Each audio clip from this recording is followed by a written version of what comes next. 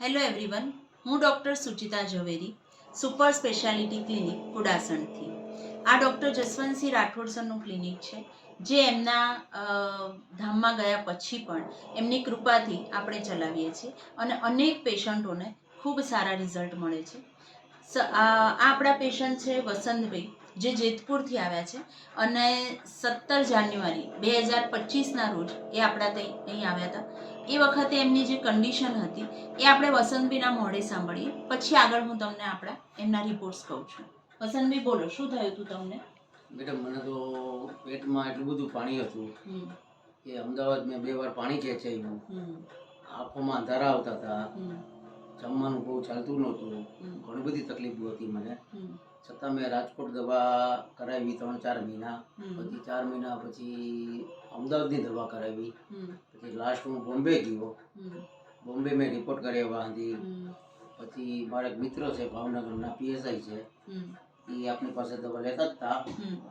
એટલે એવું મને એને કીધું કે ભાઈ તું અહીં જઈ આવું, બરોબર છે, એટલે તમારી પાસે હું આવ્યો અને તમે મારા રિપોર્ટના અંતે જોયું એટલે મને 20 દિવસની તમે મને દવા આપી અને પેલી ચોખવટ કરી, મારી પરેજી હશે તો જ તમને સારું થશે. મારી પરેજી તમે પાડશો નહીં તો એ ચાલશે નહીં, તો તમારે દવા લેવાની જરૂર નથી. મેં કીધું ઓકે મેડમ, ચાલો.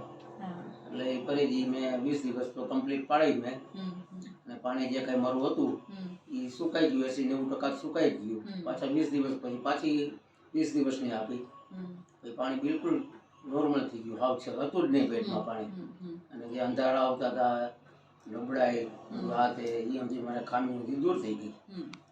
હવે વસંતભાઈ અહીં જ્યારે આવ્યા જાન્યુઆરીમાં, ત્યારે એમને ટ્રાન્સપ્લાન્ટની વાત થયેલી હતી.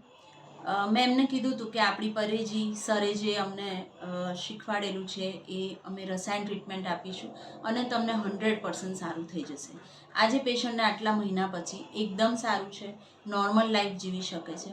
જ્યારે અહીં આવ્યા હતા ત્યારે એમનું બિલીરુબિન 2.1 હતું, પણ એનાથી બી વધારે એમને પેટમાં ગ્રોસ એસાઇટિસ એટલે કે ઘણું બધું પાણી હતું. આજે એમનું બિલીરુબિન બી નોર્મલ છે, હિમોગ્લોબિન જે એ વખતે 10 હતું એ અત્યારે 12 આવ્યું છે અને પેશન્ટ એકદમ સ્ટેબલ છે, નોર્મલ લાઈફ જીવી શકે છે.